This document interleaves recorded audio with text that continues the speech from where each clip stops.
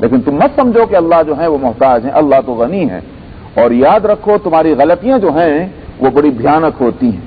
اللہ حلیم ہے، اس لیے سزا فوراً نہیں دیتے. سزا کے فوراً نہ ملنے سے یہ مت سمجھنا کہ غلطی نہ رہی، غلطی ہے. اللہ حلیم ہے.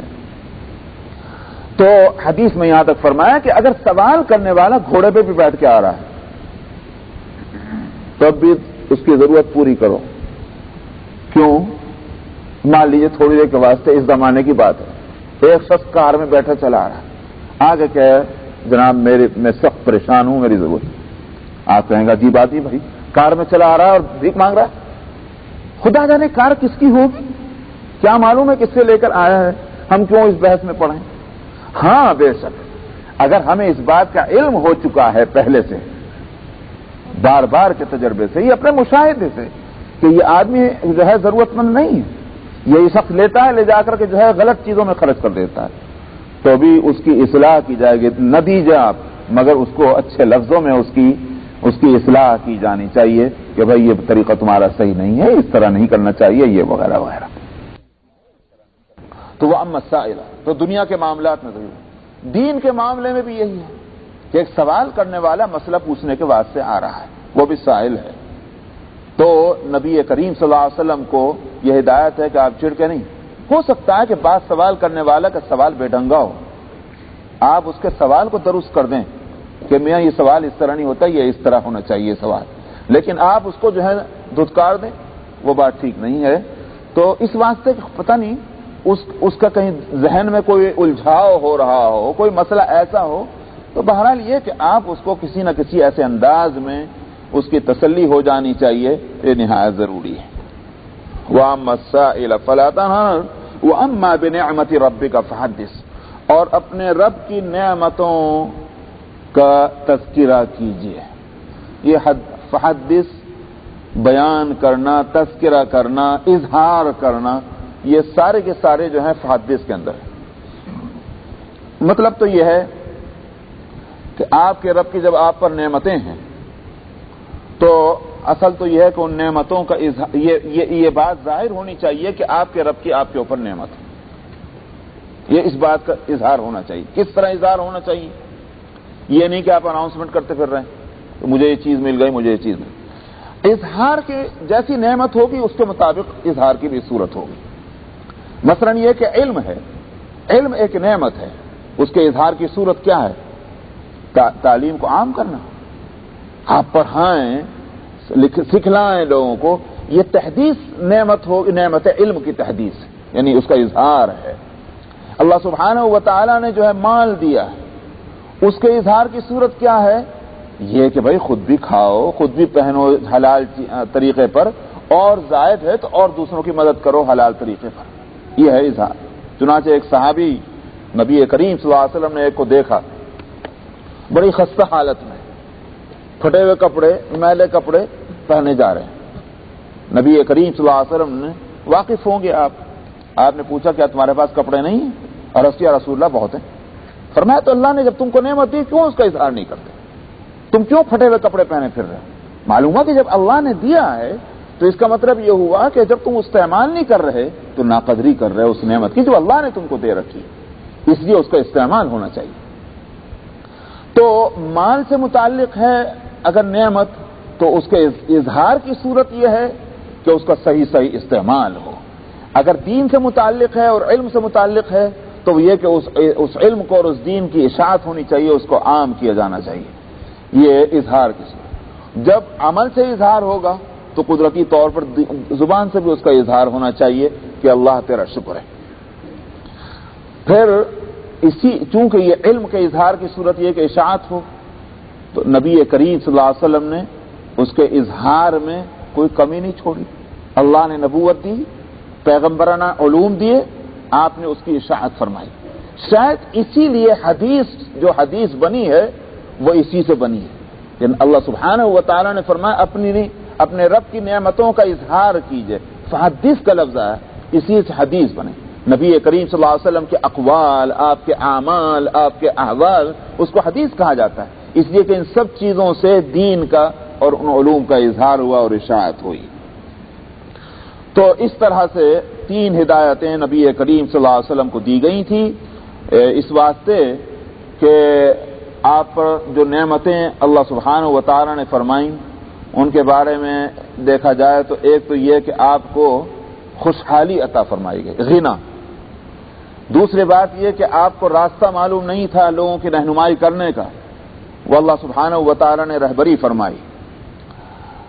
یہ جب اس طرح کی نعمتیں ملی ہیں تو آپ پھر ان نعمتوں کا اسی طرح سے اظہار کیجئے، دوسروں کو بھی اس سے فائدہ پہنچائیے۔ اس تعلق سے یہ ہدایتیں دی گئی۔ بسم اللہ الرحمن الرحیم۔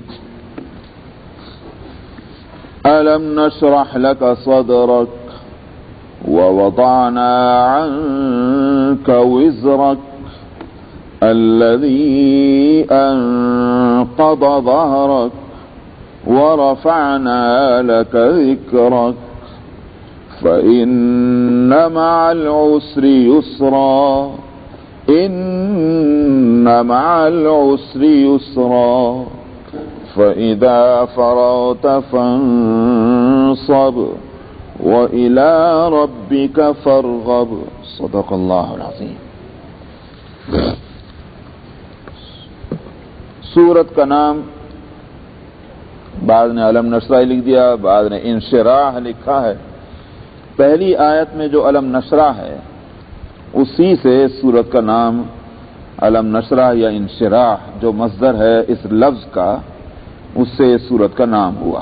مکی سورت ہے اور ترتیب میں جس طرح سے سورہ والضحیٰ کے بعد آ رہی ہے ایسا معلوم ہوتا ہے کہ مضامین کے لحاظ سے کہ اس کا نزول بھی سورہ والضحیٰ کے ساتھ ہی ہوا ہے اس کے بعد، اس لیے کہ جو انداز خطاب کا سورہ والضحیٰ میں ہے الم یجد کا یتیما فآویٰ، وہاں یہاں بھی اس صورت میں اسی طرح کا مضمون ہے کہ الم نشرح۔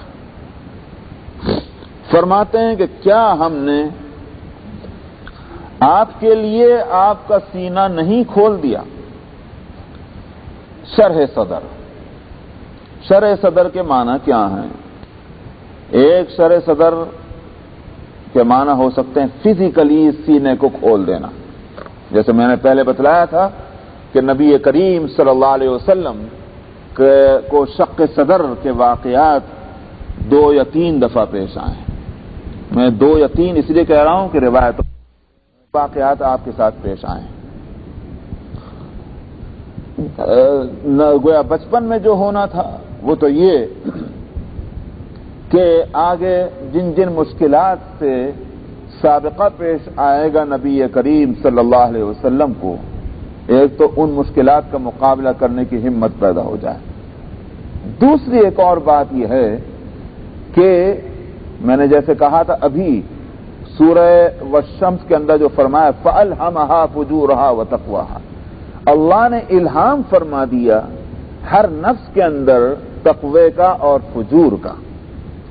تو نبی کریم صلی اللہ علیہ وسلم کو بھی اللہ نے وہ چیز دی، لیکن آگے جو ایک لفظ ہے قد افلح من زکاہا وقد خاب من دساہا، کہ کامیاب ہو گیا وہ جس نے اپنے نفس کو صاف ستھرا کر دیا، یعنی اپنی اس صلاحیت کو خیر کی جو ہے اس کو آگے کر دیا، اس کو کارگزار بنا دیا، اور جس نے اس کو کچل ڈالا وہ ناکام ہوا۔ تو یوں تو ہر ایک کو اختیار ہے، اس کا راستہ کھلے ہوئے ہیں، غلط راستہ بھی کھلا ہوا ہے، صحیح راستہ بھی کھلا ہوا ہے۔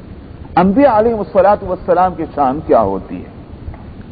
انبیاء علیہ الصلوۃ والسلام کی شان یہ ہوتی ہے کہ صلاحیت تو ان کے اندر دونوں چیزوں کی ہوتی ہے، خیر کی بھی ہوتی ہے، شر کی بھی ہوتی ہے۔ سمجھ میں آیا؟ یہ صورت نہیں ہے کہ شر کی صلاحیت ان میں سے کھینچ لی گئی، سمجھ میں آیا؟ بالکل ہی اس کا نیست و نابود کر دیا گیا، ایسا نہیں، ورنہ تو پھر وہ انسان نہ رہیں، وہ فرشتے بن جائیں۔ فرشتوں کے اندر اللہ سبحانہ و تعالیٰ نے شر کی صلاحیت ہی نہیں رکھی ہے۔ تو انبیاء علیہ الصلوۃ والسلام کی شان یہ نہیں ہے، شر کی صلاحیت تو ہے مگر طبیعت بن جاتی ایسی کہ شر سے ان کو طبعاً نفرت ہوتی ہے اور خیر کی ان کو طبعاً طلب ہوتی ہے۔ سمجھ میں آیا؟ یہ طبیعت بن جاتی ہے۔ جیسے مثال کے طور پر ہماری اور آپ کی طبیعت یہ ہے کہ ہم کو بدبو اچھی نہیں لگتی، خوشبو اچھی لگی، سمجھ میں آیا؟ یہ تو ہو سکتا ہے نہ خوشبو ہو نہ بدبو ہو، لیکن یہ نہیں ہو سکتا کہ ہم کو بدبو پسند آ جائے. سمجھا؟ تو ٹھیک اسی طرح سے انبیاء علیہ الصلوۃ والسلام کا مزاج بن جاتا ہے کہ وہ جس برائی سے اس طرح ان کی طبیعت متنفر ہوتی ہے جیسے ایک عام انسان کو جس کے سونگنے کی طاقت صحیح ہے اس کو بدبو سے نفرت ہوتی ہے. سمجھ میں آیا؟ یہ ہے انبیاء علیہ الصلوۃ والسلام کی شان. اسی واسطے انبیاء کو معصوم کہا جاتا ہے. وہ معصوم ہونے کے معنی یہی ہے کہ وہ برائیوں سے ان کے اندر اللہ نے ایک نفرت رکھ دی اور طبعی طور پر ان کی گویاوں کا یہ کہ ان کو رغبت ہوتی ہے اچھائیوں سے. تو شق صدر جو بچپن میں ہوا اس کے معنی یہی ہے کہ وہ نورانیت اللہ سبحانہ و تعالی کی طرف سے ان کے اندر اس طرح سے بھر دی گئی کہ اب برائیوں سے نفرت اور اچھائیوں سے رغبت ہو جائے. یہ ہے مطلب بچپن میں تو اس لیے ہوا. اور جب معراج کے لیے آپ کو لے جایا جانے لگا اس وقت شق صدر اس لیے ہوا کہ وہ عالم اور اس کے احوال بالکل مختلف ہیں یہاں کے عالم سے. جس طرح سے زمین اور آسمان کے درمیان فرق ہے ٹھیک اسی طرح سمجھ لیا جائے کہ اس دنیا کے حالات اور اس دنیا کے حالات میں بہت بڑا فرق ہے. کوئی جوڑ دونوں کے اندر نہیں ہے. اب اس دنیا کا انسان اس دنیا میں لے جایا جائے اس عالم میں لے جایا جائے وہاں کے حالات وہاں کی کیفیات کو اس کا جسم اس کی روح اس کا دل اس کا دماغ اس کو برداشت کیسے کرے جب تک کہ کوئی اسپیشل انتظام نہ ہو. سمجھا؟ آپ دیکھتے ہیں دنیا میں بھی یہ ہوتا ہے کہ زمین کی مخلوق ذرا پانی میں ڈال کے دیکھ لیجیے وہیں دم توڑ دیتے. کیوں؟ اس واسطے کہ اس کا بدن اس کا عادی نہیں ہے وہ وہاں نہیں سانس لے سکتا. آپ خوب جانتے ہیں اب تو ماشاءاللہ سائنس نے ترقی کر لی. ذرا چند ایک میل سے اوپر لے جائیے کسی کو سانس گھوٹنے لگ جائے گا آکسیجن کی وجہ سے. تو اگر دنیا ہی کے اندر یہ سب کچھ ہے اس عالم میں ظاہر وہاں کے حالات بالکل مختلف ہیں. اس وقت شق صدر کیے جانے کے معنی کیا ہے کہ اس عالم کے احوال اور کیفیات جو ہیں اور وہاں کا جو ماحول ہے وہاں کا مزاج ہے اس کو جسم مبارک روح مبارک قلب مبارک اور ذہن مبارک اس کو برداشت کر سکے. اس واسطے اس وقت شق صدر کیا گیا. تو یہاں یا تو یہ شرح صدر سے مراد وہی شق صدر ہے کھول دینا سینے کو. شق کا مطلب ہے پھاڑنا اور شرح کا مطلب ہے کھول دینا جس کو اسی واسطے آیتوں کی شرح کرنا حدیث کی شرح کرنا آپ بولتے ہیں اس کو مطلب کیا ہوتا ہے کھول دیا. جو بات سمجھ میں نہیں آ رہی تھی اب کھول کر اس کو بیان کر دیا جس کو انگلش میں ایکسپلینیشن بھی کہتے ہیں. تو ایک تو ہے شرح شرح صدر یہ سینہ کھول دیا اور حقائق جو ہیں وہ منکشف ہونے لگے جو کہ پس پردہ تھے. دوسرے معنی جو ہیں شرح صدر کے وہ معنوی شرح ہے. سینے کو کھول دینے کے معنی کیا ہے؟ سینے کو کھول دینے کے معنی یہ ہے کہ مثلا ایک بات ہے میرے سامنے بھی کہی گئی ہے آپ کے سامنے بھی کہی گئی میرے خاص سمجھ میں نہیں آیا میں تو منہ ہی تک رہ گیا اور آپ نے اس کے معنی کی گہرائیوں تک آپ کی نظر پہنچ گئی. اس کو کہتے ہیں شرح صدر ہو جانا. یعنی دماغ انسان کا بات کی حقیقت تک پہنچ جائے اور اس کی وجہ سے دل کو اطمینان کلی حاصل ہو جائے. آج کتنے مسائل ہیں ہمارے سامنے کہ ہمارا اس پر ایمان ہے کہ یہ حق ہیں لیکن سوال یہ ہے کہ اس کی حقانیت کس طرح سے ہے. میں ایک مثال میں پہلے دیتا ہوں اس سے سمجھ میں آ جائے گا. حضرت ابراہیم علیہ الصلوۃ والسلام نے اللہ سبحانہ و تعالی سے سوال کیا رب ارینی کیف تحیی الموتى خداوندہ مجھے دکھلا دیجیے آپ کیسے مردوں کو زندہ کریں گے. قال اولم تؤمن اللہ سبحانہ و تعالی نے فرمایا کیا تو ایمان نہیں لایا؟ قال بلا آپ نے عرض کیا کیوں نہیں ایمان تو ہے ولکن لیطمئن قلبی لیکن تاکہ دل کو اطمینان ہو جائے. ایمان الگ چیز ہے اور اطمینان قلب الگ چیز ہے. کیوں؟ اس واسطے کہ ایمان کے معنی تو یہ ہے کہ جو چیز غیب میں ہے اس کو ایز اٹ از مان لو کسی بتلانے والے کی بتلانے پر. سمجھ میں آیا؟ اس کا نام ہے ایمان. جنت ہے ارے بھائی جنت دیکھی کیا ہم نے ہمیں کیا معلوم لیکن انبیاء علیہ الصلوۃ والسلام نے اور ان کے لائے ہوئے قرآن میں ہم کو یہ بات معلوم ہے کہ جنت ہے. ہم نے ان پر اطمینان کر کے ہم نے اس پر ایمان لے آیا کہ جنت بھی ہے جہنم بھی ہے، اس کا نام ہے ایمان۔ لیکن اگر اس کو دیکھ لیں، اسی بات سے وہ جو حدیث میں آتا ہے، وہ آپ نے بہت مشہور حدیث سنی ہوگی مختلف تقریروں میں، کہ مجالس ذکر اور مجالس وعظ اور اللہ کی یاد کی جو مجلسیں ہیں، کہ جہاں قرآن کا تذکرہ مسائل بیان ہو رہے ہوں، جہاں حدیث کے مسائل بیان ہو رہے ہوں، ان مجلسوں کے تعلق سے حدیث میں آتا ہے کہ اللہ سبحانہ و تعالی نے فرشتوں کی ایک جماعت مقرر کر رکھی ہے، اور اس جماعت کا نام ہے طوافون، گشتی پارٹی۔ سمجھ میں آیا؟ تو وہ جو ہے اس کا کام گشت لگانا ہے، پھرتے رہنا۔ کیوں پھرتے رہنا؟ تاکہ تلاش کریں کہاں اللہ کو یاد کیا جا رہا ہے۔ جہاں اللہ کو یاد کیا جا رہا ہے وہ وہیں اپنا جمع ہو جاتے ہیں، اور اس کے بعد پھر رپورٹ لے کے جاتے ہیں اللہ سبحانہ و تعالیٰ کے پاس، خداوندہ ہم نے آپ کے کچھ بندوں کو اس حالت میں پایا کہ وہ آپ کو یاد کر رہے تھے، آپ کا تذکرہ کر رہے تھے، آپ ہی کے ذکر اور فکر میں لگے ہوئے تھے۔ اللہ سبحانہ و تعالیٰ پوچھیں گے، حالانکہ عالم الغیب ہیں، پوچھیں گے وہ مجھے کیوں یاد کر رہے تھے؟ عرض کریں گے خداوندہ وہ آپ کے جنت کے لالچ میں اور آپ کے جہنم سے ڈر کر۔ اللہ تعالیٰ پوچھیں گے کیا انہوں نے میری جنت کو دیکھا ہے؟ فرشتے کہیں گے نہیں خداوندہ انہوں نے آپ کی جنت کو نہیں دیکھا۔ فرمایا اگر میری جنت کو دیکھ لیں تو فرشتے عرض کریں گے تب تو ان کے ذکر اور فکر کی کچھ اور ہی شان ہو جائے گی۔ اللہ تعالیٰ فرمائیں گے کیا وہ میری جہنم سے جو ڈر رہے ہیں انہوں نے میری جہنم کو دیکھا ہے؟ فرشتے کہیں گے کہ نہیں، دیکھا نہیں ہے۔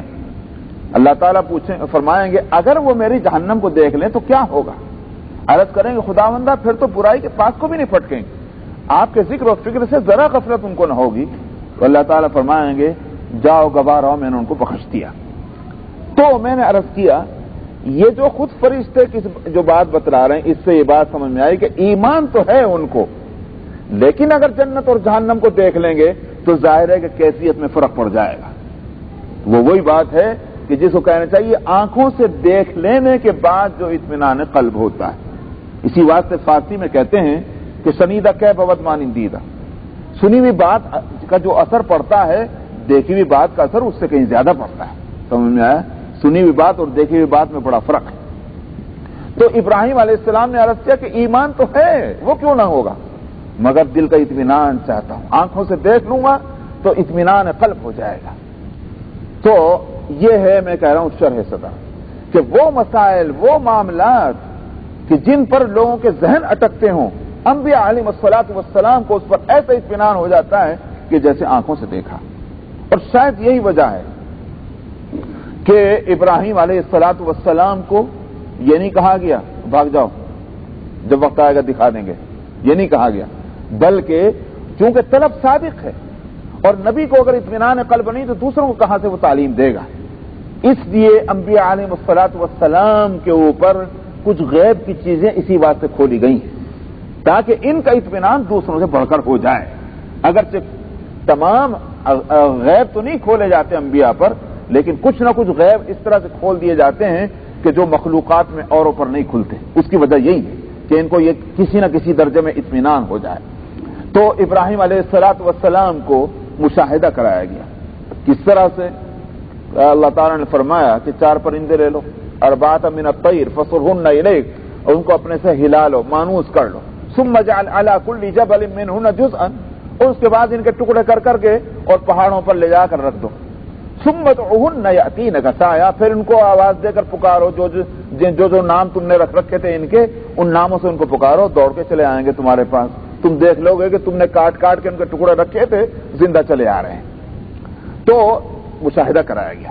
اسی طرح سے ابراہیم علیہ الصلوۃ والسلام کے بارے میں خود قرآن حکیم میں دوسری جگہ فرمایا وَكَذَلِكَ نُرِي إِبْرَاهِيمَ مَلَكُوتَ السَّمَاوَاتِ وَالْأَرْضِ وَلِيَكُونَ مِنَ الْمُوقِنِينَ، ہم نے ابراہیم کو آسمانوں اور زمین کی سلطنتیں جو ہیں وہ ہم نے دکھلائیں۔ کیوں؟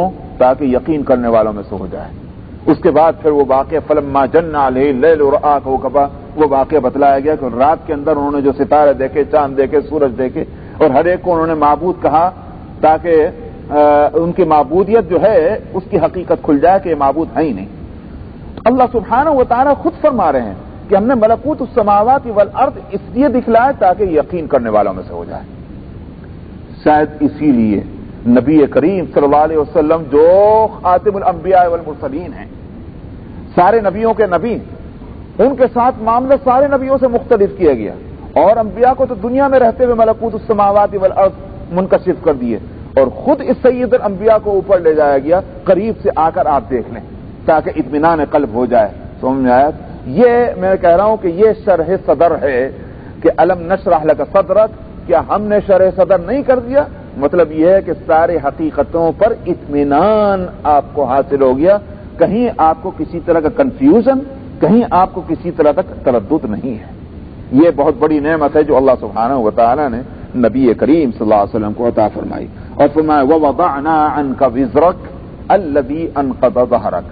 اور ہم نے آپ کے اوپر سے، اچھا ایک اور بات، وَأَلَمْ نَشْرَحْ لَكَ صَدْرَكَ، ہم نے آپ کے لیے کھولا ہے آپ کا سینہ. آپ کے لیے کا لفظ ہے، اس کے معنی یہ ہو گئے کہ یہ حالانکہ یہ اتنی بڑی نعمت ہے، مگر یہ نہ سمجھا جائے کہ اس میں کوئی اللہ میاں کا فائدہ ہو رہا ہے. سمجھا کہ چونکہ جن سے کام لینا ہے ان کی پوری مدد ہونی چاہیے، پوری تائید ہونی چاہیے، ورنہ ہمارا کام بگڑ جائے گا. نہ سمجھا جائے انبیاء علیہ الصلاۃ والسلام ہو یا غیر انبیاء ہو، اللہ کی نعمتیں جو ہیں وہ جن پر آ رہی ہیں اس کا فائدہ انہی کو، اللہ کو کوئی فائدہ پہنچنے والا نہیں، اس لیے کہ اللہ تو غنی ہے. اگر کہا جائے کہ انبیاء کو جو یہ نعمتیں دی گئیں اس لیے تاکہ اللہ میاں کا کام ٹھیک ہو جائے، اس کے مطلب کیا ہوا؟ اللہ محتاج ہو گئے، اور اللہ جو ہے وہ کسی درجے میں بھی محتاج نہیں، کسی کو محتاج نہیں. اس لیے اللہ کا فرمایا کیا ہم نے آپ کے لیے آپ کا سینہ نہیں کھول دیا؟ کیا مطلب اس کا فائدہ تو آپ ہی کو ہوا. اگر تردد رہتا، اگر کنفیوژن ہوتا، اگر معاملات پر اطمینان نہ ہوتا، اس کی تکلیف آپ کو ہوتی، ہمیں کیا ہوتی. اس لیے شرع صدر کا فائدہ آپ ہی کو ہے، تو اللہ کا اس لیے فرمایا وَوَضَعْنَا عَنْكَ وِزْرَكَ الَّذِي أَنْقَضَ ظَهْرَكَ.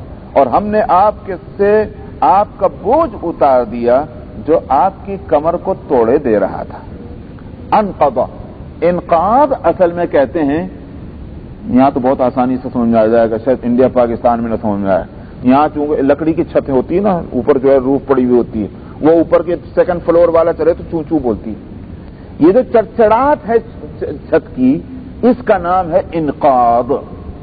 الذی انقض ظہرک، جس نے آپ کی کمر کو یوں کہیے کہ اتنا توڑ دیا تھا، وہ چڑچڑ کرنے لگی. مراد ہے شدت، کہ سختی اتنی تھی کہ اللہ سبحانہ و تعالی نے ان سختیوں کو آپ سے دور کر دیا.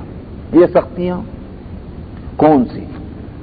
دونوں طرح کی. ایک تو وہی کہ جس کے ازالے کے واسطے شرح صدر کا لفظ فرمایا کہ مسائل جو ہیں وہ میں نے کہا تھا نقشہ کار سامنے نہیں ہے، اور نقشہ کار سامنے نہ ہونے کی وجہ سے، کام کا پلان نقشہ نہ ہونے کی وجہ سے طبیعت پر بہت بوجھ رہتا تھا. اس معاشرے کو میں کس طرح سے درست کروں، اس سوسائٹی کی اصلاح کس طرح کروں، کوئی نقشہ نہیں ہے. اس یہ تھا بہت بڑا بوجھ. تو اللہ سبحانہ و تعالی نے نبوت دے کر، شریعت دے کر، وحی اتار کر کے وہ بوجھ دور کر دیا. نقشہ کام کا سامنے آ گیا، اب اس کے مطابق کام کیجیے. یہ تو یہ معنی ہے. دوسرا ایک اور ہے، اور وہ یہ ہے کہ مخالفتیں جو تھیں، دشمنوں کی مخالفتیں، اور مخالفتوں کا بھی خاص طور پر ایک پہلو میں بتلا دوں. مفسرین یہاں اس کی اتنی وضاحت کر رہے ہوں کہ نہ کر رہے ہوں، اس لیے کہ ضروری نہیں کہ وہ ہر مفسر اتنی تفصیل میں جائے. ایک اجمال انہوں نے بیان کر دیا، باقی اس اجمال کے نیچے واقعات کو تلاش کیجیے. تو جو شدتیں تھیں مخالفین کی طرف سے، مخالفتیں تھیں نبی کریم صلی اللہ علیہ وسلم کو جن سے واسطہ پیش آ رہا تھا، ان میں ایک مخالفت تو وہ تھی کہ جس کا براہ راست تعلق نبی کریم صلی اللہ علیہ وسلم کی ذات سے تھا. سمجھا؟ آپ کے پتھر مارنا، آپ کے راستے میں کانٹے بچھا دینا، آپ کو گالیاں دینا، وغیرہ وغیرہ وغیرہ. سمجھ میں آیا؟ آپ کی بات کو نہ سننا. یہ بے شک یہ بھی تکلیف دہ چیزیں ہیں. ایک کام کرنے والے کے راستے میں کتنی بڑی پریشانیاں. اگر رات دن اس کے سامنے یہ ہو، اس نے برا کہہ دیا، اس نے پتھر مار دیا، وہ بے وجہ کی مخالفت میں کھڑا ہو گیا. آدمی تو ہے، آخر اس کی ہمتیں پست ہو جائیں، کس طرح کام کرے گا. تو میں عرض کر رہا ہوں کہ یہ تو تھی ہی تکلیف ہے، لیکن میں جہاں تک ہماری سوچ ہے اور مطالعہ ہے، اور ایک نفسیات جو سائیکالوجی ہے، کسی بھی اس آدمی کے جس کو ایک کام کرنا ہے اس کے لحاظ سے غور کرنے سے یہ بات معلوم ہوتی ہے کہ نبی کریم صلی اللہ علیہ وسلم کے لیے سب سے زیادہ تکلیف دہ جو بات تھی وہ تھی مؤمنین اور مسلمانوں کے ساتھ جو اس ماحول میں مخالفتوں کا معاملہ تھا اور شدتوں کا معاملہ تھا. غلام ہیں، مار پڑ رہی ہے، سمجھ میں آیا؟ آقا ان کے مار رہے ہیں، کیا ہے؟ محمد کا انکار کرو، محمد سے براءت ظاہر کرو ورنہ مار پڑے گی. اب آپ نے چند ایک واقعات ہی تو سیرت میں پڑھے ہیں. حضرت بلال حبشی کے ساتھ جو کچھ معاملہ ہوا ہے، میں کہتا ہوں جب بلال حبشی پر جو کچھ گزر رہی تھی، کیا اس کی تکلیف محمد صلی اللہ علیہ وسلم کو نہیں تھی؟ کہ جن کی وجہ سے ان کو یہ سب کچھ بھگتنا پڑ رہا ہے، خود نبی کریم صلی اللہ علیہ وسلم کے قلب مبارک پر کیا گزر رہی ہوگی. اسی طرح سے حضرت آل یاسر، حضرت عمار ابن یاسر، حضرت سمیہ رضی اللہ عنہ اور حضرت یاسر، ان کے ساتھ جو کچھ ہوا کہ سمیہ رضی اللہ عنہ کہ شرمگاہ کے اندر برچھی مار کر کے ان کو شہید کیا گیا.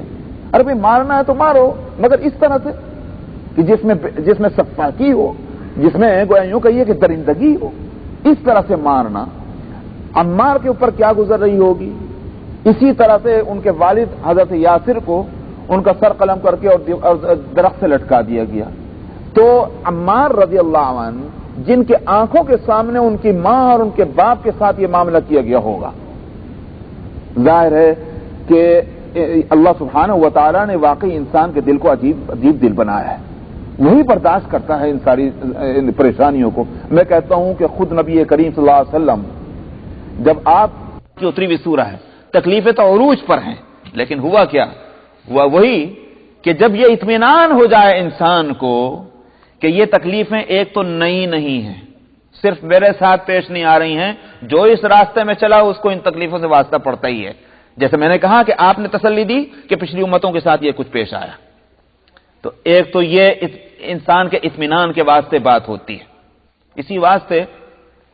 اور پھر دوسری بات یہ بھی بتلا دی گئی کہ یہ تکلیفیں ہمیشہ رہنے والی نہیں، بس تھوڑا ہی وقت رہ گیا، تھوڑا ہی وقت رہ گیا کہ ان تکلیفوں کو آپ برداشت کر لے جائیں گے، یہ ہمیشہ رہنے والی نہیں، جلدی حالات بدل جائیں گے.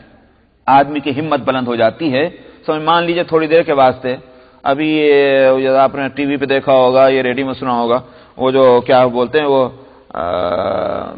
دوڑ لگاتے ہیں، وہ ہوتے نا وہ کئی بیل کے میراتھن.